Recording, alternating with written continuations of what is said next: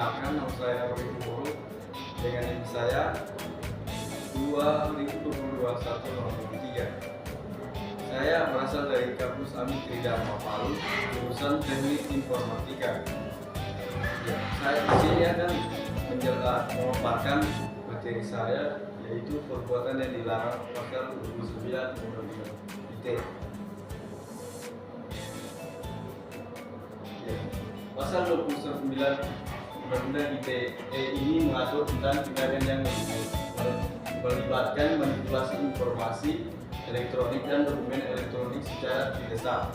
Tindakan tersebut meliputi mengubah atau menambah, mengurangi, merusak atau menghilangkan informasi elektronik dan atau dokumen elektronik yang dimiliki oleh orang lain tanpa izin atau hak yang sah.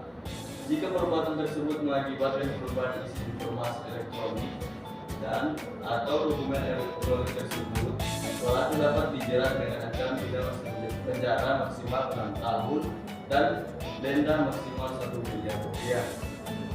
Lanjut, isi pasal 29 UU ITE.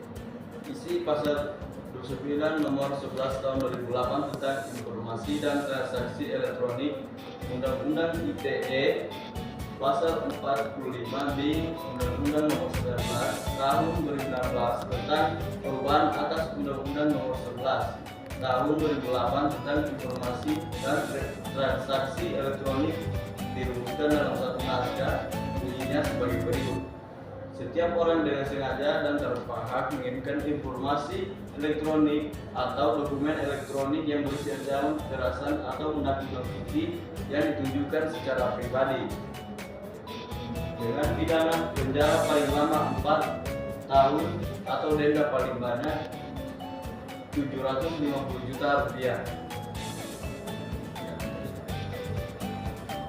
Ya, di sini kita lihat ada rincian perbuatan-perbuatan yang dilarang menurut pasal 29 UU ITE. Yang pertama, menyebarluaskan informasi palsu atau menyesatkan, dan yang kedua, menyebarkan luaskan konten pornografi, dan yang ketiga, menyebarkan luas kekerasan dan kebencian, dan yang keempat, menyebarluaskan informasi yang merugikan.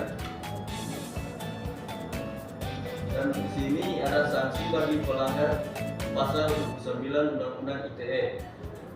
Pertama, pelanggaran yang terhadap pasal 9 Undang-Undang ITE dapat dikenai sanksi pidana. Berikut adalah sanksi yang dapat diberikan terhadap pelanggaran pasal 29. Yang pertama, penjara. Pelaku yang terbukti melanggar pasal 29 Undang-Undang ITE dapat dikenai hukuman penjara dengan maksimal 6 tahun. Yang kedua, denda. Selain hukuman penjara, pelaku juga dapat dikenai dengan denda dengan jumlah tertentu. Besarnya denda akan ditentukan berdasarkan tingkat pelanggaran yang dilakukan. Dan yang ketiga, ganti rugi. Pelaku juga dapat diwajibkan untuk membayar ganti rugi kepada pihak yang dirugikan akibat perbuatannya. Ganti rugi ini dapat mencakup kerugian material dan imaterial yang dialami oleh korban. Ya, saya di sini akan memberikan kesimpulan dari pasal Undang-Undang Informasi dan Transaksi Elektronik. Kesimpulannya, pasal 29 Undang-Undang Informasi dan Transaksi Elektronik merupakan ketentuan yang penting dalam mengatur perbuatan yang dilarang dalam penggunaan media elektronik.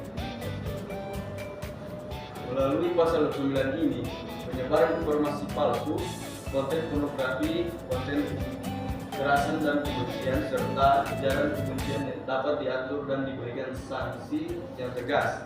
Hal ini bertujuan untuk menjaga keamanan dan ketertiban dalam penggunaan teknologi informasi di Indonesia.